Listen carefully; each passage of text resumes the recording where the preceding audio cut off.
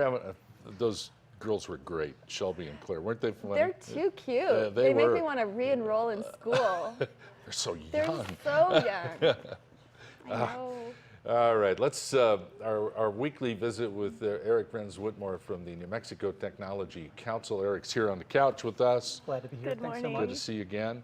And who'd you bring with you today? Well, Tamara Decker is a frequent collaborator. I can't even speak.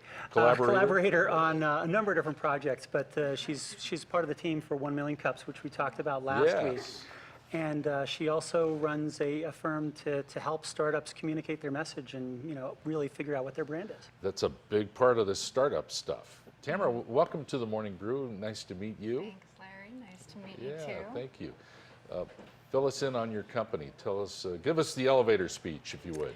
All right. Well, I boil it down to I help people and organizations figure out who they are, how they're different, and why that's important. Anymore in this global technological marketplace, that you have to stand out somehow. And what I try to help people and organizations do is stand out, but authentically. Figure out exactly who they are, what their strengths and skills, and also their values and desires are. And wrap that up in a package and then figure out who they're trying to serve and what the needs of those people are and how they meet those needs with their brand, their brand essence. Yeah. Good. You're an important key to all of this. I think you sort of have to start with brand, not to toot my own company too much, but really, a good example I always use is the difference between Mac and PC. You can tell the people who use those That's a great immediately, comparison. And that's branding. Not that there's anything wrong with PC, but I was. But you made a good point. And there are people who need PC, but then there are people who need Mac, and by their branding, you know where to go. And I like to do the same with people and organizations. Yeah. Yeah. So you can make somebody's new company a little cooler than the other company that's doing similar work. Cooler or whatever is authentic. That's what I really hound on, because you want to be able to fulfill that promise. Sure. You don't want to put up a mask that is not true. Because it's not smoke and mirrors. Right. And what I always tell my customers is you want to, you want. Oh, that's a great description. Everybody people needs a little more. People truly, they don't shop with logic. It comes in occasionally, it's but emotional. people shop emotionally. People are people. So you have to have something that speaks to them viscerally from the gut, and that has to come from something authentic in you. I tell a lot of people who are hesitant about self-promotion, or they feel uncomfortable with promoting themselves, that there's someone out there who needs you. And until you present that to them, they don't know where you are. They're floundering without you. So you have to get out who you are, how you're different, and why that matters to them. And just with startups, talking with startups, I think it's particularly important because for a long time, it's really just the founders. You're selling the founders and their ability to execute an idea.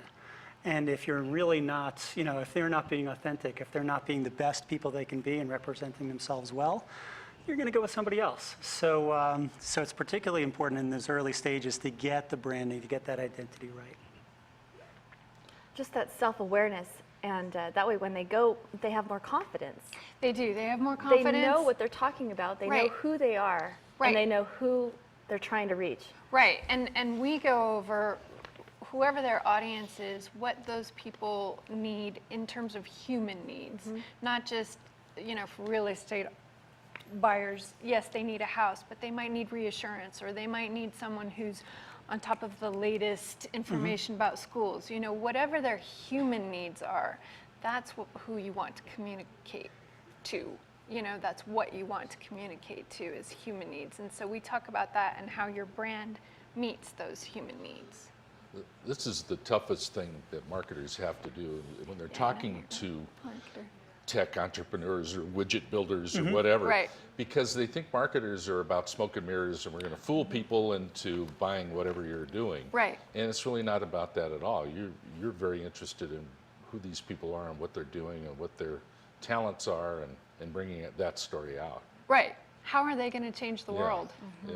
And that's something, it's something that's bigger, that people want to be a part of something bigger than themselves. And we try to find out what that is and how to let people know. Yeah. So Tamara, at Lumina Works, your business, you have a 9-point process that you take your clients 9-step through? process that we go through.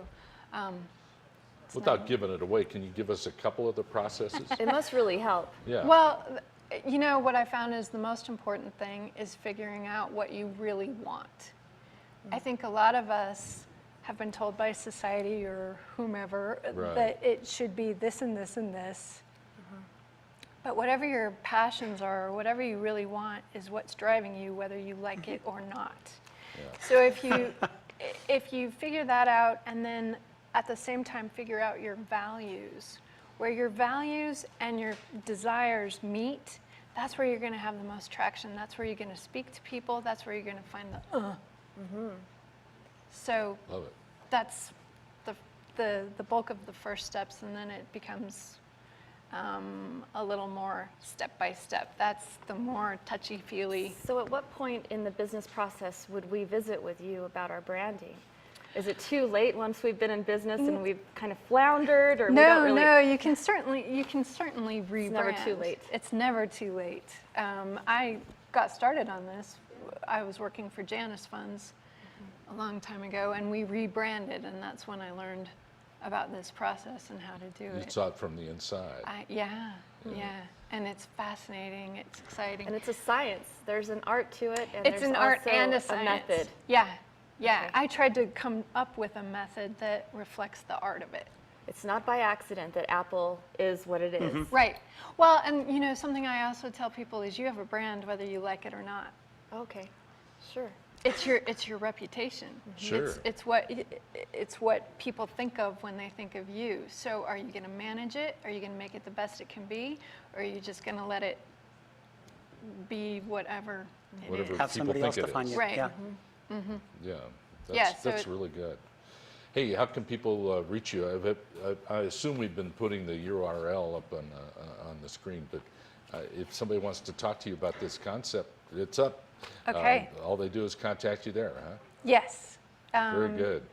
Yeah. And you'll be seeing Tamara most Wednesday mornings at 1 Million Cups. Great. Good. Now Starting tell in us about August. 1 Million Cups really quick. Oh, Wednesday mornings. Wednesday mornings begins August 6th, 9 to 10 a.m. We're starting over at Fat Pipe ABQ downtown, part of the Innovation District. So more exciting times here in Albuquerque. Get your business off on a great start and work with some really great people that can help you out. Great. Eric, you bring Yeah. us most interesting people. We It's love it very when you good. come by on Mondays. I just love being here on Mondays because It's the you got a best. great crew. Yeah.